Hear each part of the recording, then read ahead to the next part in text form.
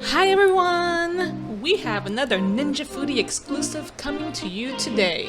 We're going to make the risotto base and then you can add anything you want. So this can become a shrimp risotto, or if you're a vegetarian, a mushroom risotto or spinach risotto. For the meat eaters, you can add steak or chicken to the risotto. Just ensure the protein of your choosing is cooked well and to your liking before adding it to your risotto at the end. Also, make sure to subscribe so you can be alerted to all of our new content. We put out content every Wednesday at 10 a.m. Eastern Time, so look out for our videos. Okay, so to start, you will need arborio rice. Do not use regular rice, as arborio rice is a thicker grain that has the ability to absorb a lot of liquid. Risotto is the act of stirring in all that liquid, which then gets absorbed by the arborio rice. Additionally, during this process, the grain will release its starchiness that creates that creamy consistency of risotto. I will be making 3 cups of arborio rice, so if you want to make a larger or smaller portion, make sure to adjust the recipe accordingly. I will put the recipe in the description section and also include how the recipe can be adjusted per 1 cup of arborio rice. So we're going to start with 2 tablespoons of olive oil. I like to use extra light olive oil, but use whichever you have in your home. I already have this eyeballed, so I don't really measure the oil. We're going to put the Ninja Foodie on sear saute and change the temperature to low medium. Since the machine gets hot quickly, this is going to prevent the shallots from burning. You want to dice your shallots very small. I usually use a small to medium shallot, but if you would like to add more or less, you may adjust as needed. If you cannot find shallots in your supermarket, you can substitute in red onions, which are the closest to the shallots, or white onions if you want that sweeter profile. Okay, so now we're going to toss in the shallots.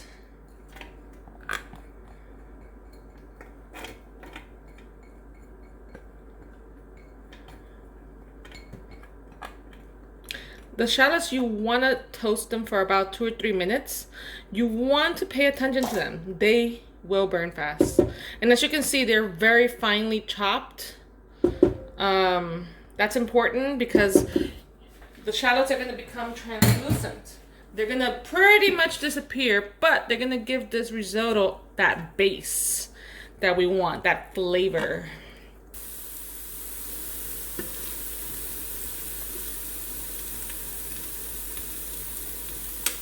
Alright, that looks pretty good, and some of them are starting to toast in a different color, which means if you leave them much longer, they might start to burn. Alright, so now we're going to throw in the arborio rice. I'm making 3 cups of arborio rice. You can always divide this recipe in 3 if you want to make 1 cup, which is perfectly fine. So we're going to go 1, 2, 3. And then we're just gonna stir this and make sure it's really well coated with those shallots. And let the rice toast up for a few minutes before proceeding. You want to get all those little bits. Once you've left the rice to toast for a few minutes, the next thing we're going to put is 1 cup of white wine. And here you can put whatever white wine you prefer. I tend to use just regular cooking white wine. Whichever one's on sale in my supermarket is the winner. So we're going to drop in that cup. Now this is very important because wine has alcohol in it, as you probably already know. You want to make sure to cook it out. So you don't want to continue until this white wine, a good amount of it has dissipated and cooked out. So we're going to let that simmer and cook out for a few minutes before proceeding any further. Okay, so as you can see, now the white wine is pretty much disappeared. You see that? Like it has been absorbed by the risotto, correction, it's been absorbed by the arborio rice, and now it's ready for the next stage. So we're gonna put 7 cups of chicken stock. I just buy the less sodium chicken broth. So we're gonna put 1 whole container, and then I just measure out 3 cups from the other one, which will equal our 7 cups. Because each container is 32 ounces, which is 4 cups of chicken stock. So that's the 3 cups. And then we're just gonna put 1 full container.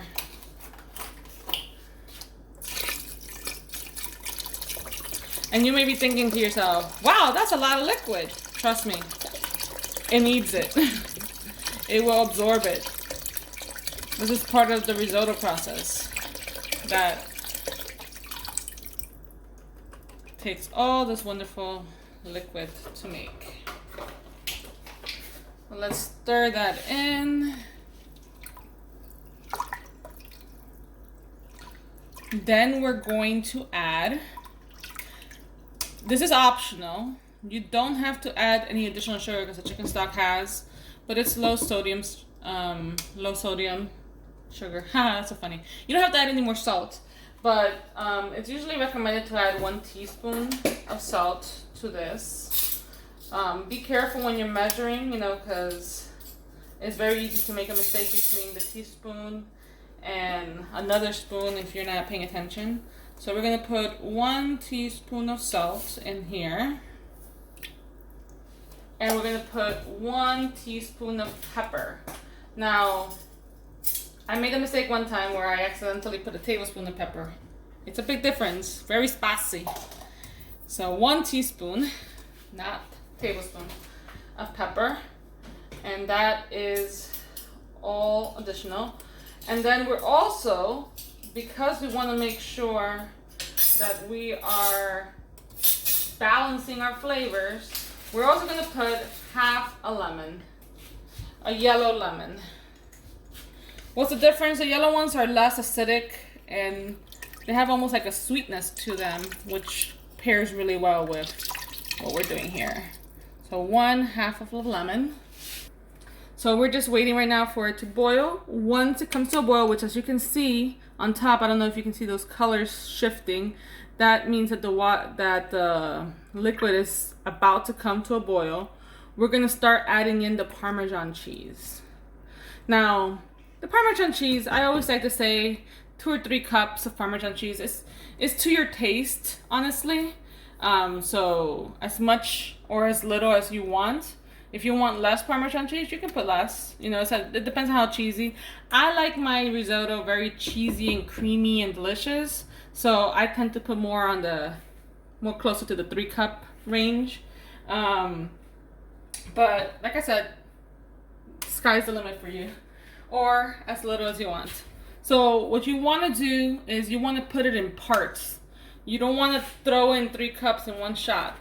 So we're gonna just start putting in a little bit and then stirring it in.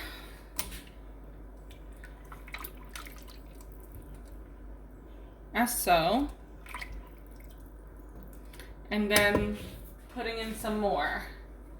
Can I have some more? Sorry, couldn't help myself. And let's see. Stir it in. Make sure it's not clumping or anything like that. A note to make on the Parmesan cheese: use freshly grated Parmesan cheese. So you can either buy the block of Parmesan cheese and grate it yourself at home, or you can buy the freshly grated. Can't lose some clutch cheese there.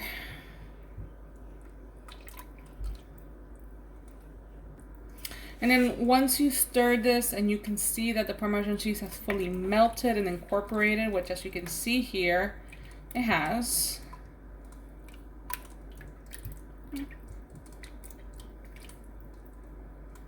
we can move on to the pressure stage.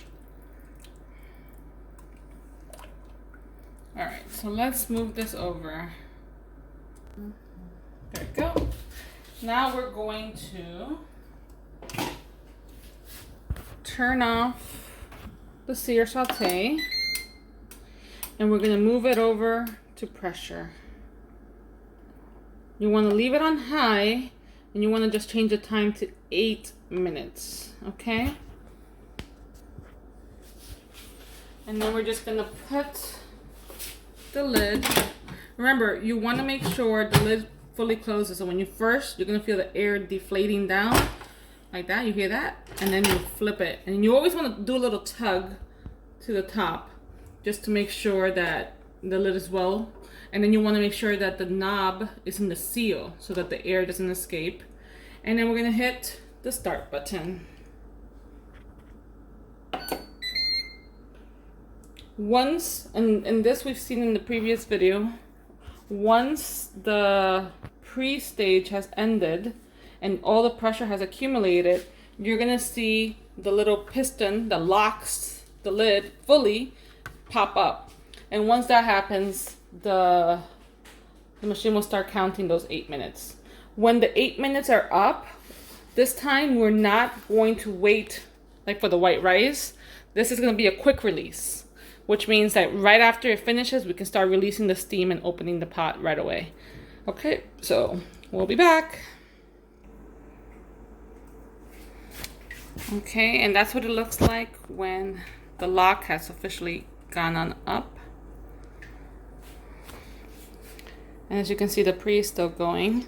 So in a few more moments, the pre is going to switch to the countdown from the 8 minutes. So we're back. And there we go. The countdown has officially started. It's the final countdown. All right, be back in 7.5 minutes.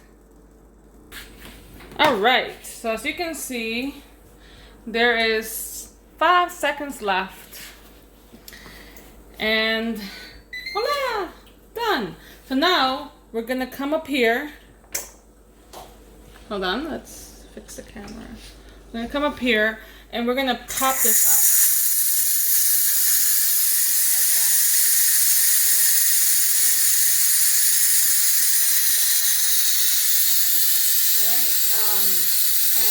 By leaving it on its own like that, it's going to release all the pressure.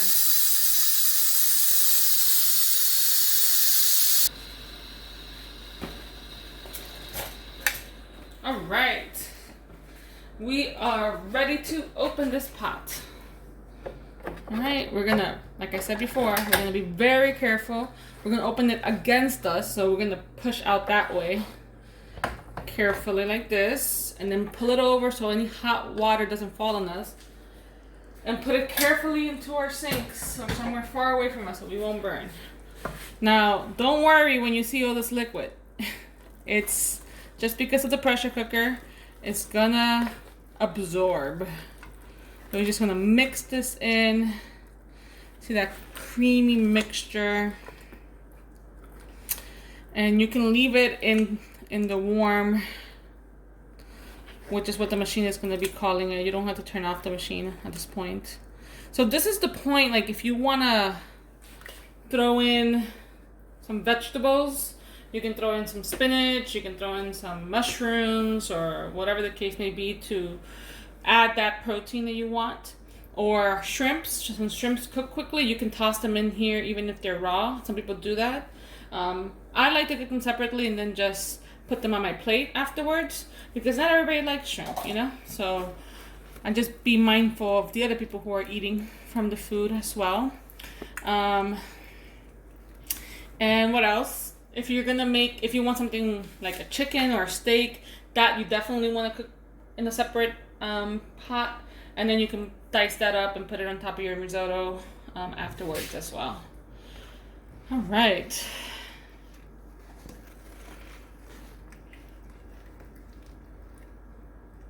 So as you can see, as the moments pass, it starts to absorb more. and dry up.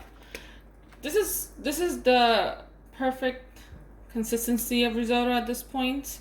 It has a little bit of a creaminess to it, and it'll make it easy to stir in anything you want to add to it at this point. So there you have it, guys. Delicious risotto in the Ninja Foodie. And you didn't have to stand there by the stove stirring and stirring and stirring like the old way to make risotto. Ninja Foodie did it all for you. Enjoy!